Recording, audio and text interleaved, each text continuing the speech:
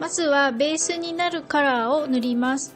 今回は半透明の白を一度塗りしました。使用したのはアゲハの100番ピュアホワイトです。塗り終わったら硬化しないで、このまま上にシルバーのホイルをのせていきます。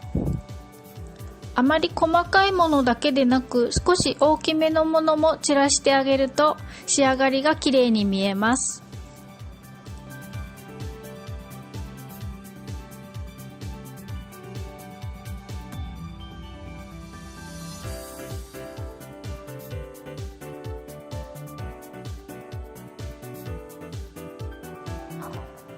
ホイルをのせ終わったら一度硬化します。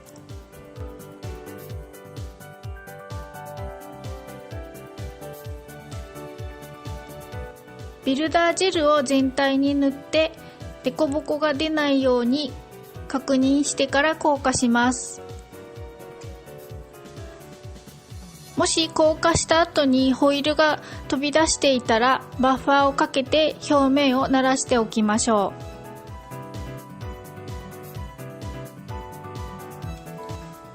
上に塗るカラーは少し濃いめの色を使うと綺麗に仕上がります。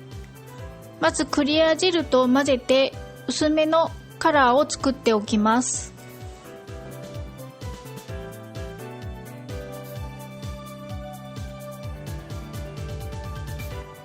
今薄めたカラーを全体に塗って一度硬化させます。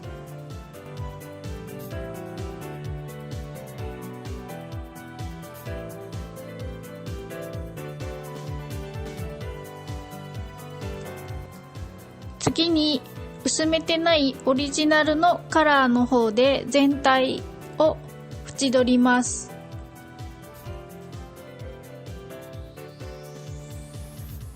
この後ぼかしていくのできっちり線は引かなくても大丈夫です。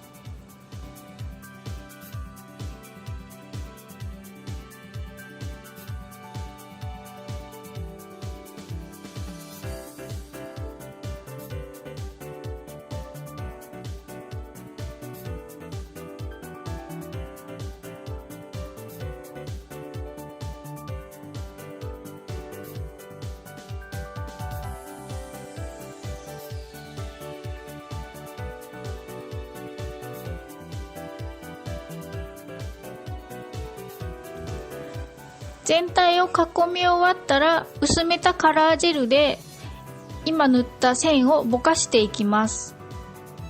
ぼかしながら少しずつ中の方も埋めていきます。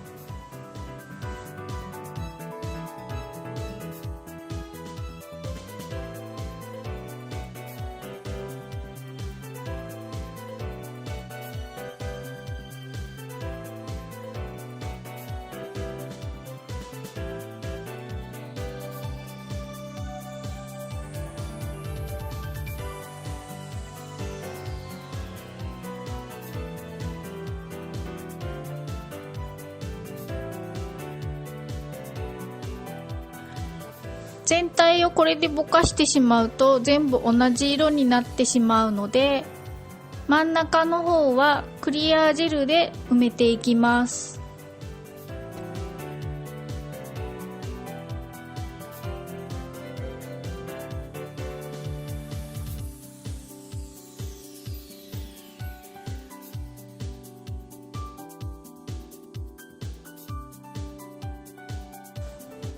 クリアジェルを塗り終わって表面を少しレベリングさせてから硬化します。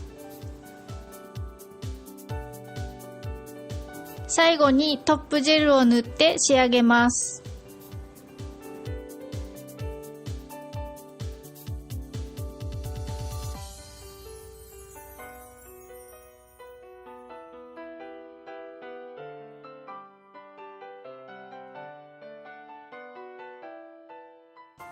他の色でも同じように作ってみました。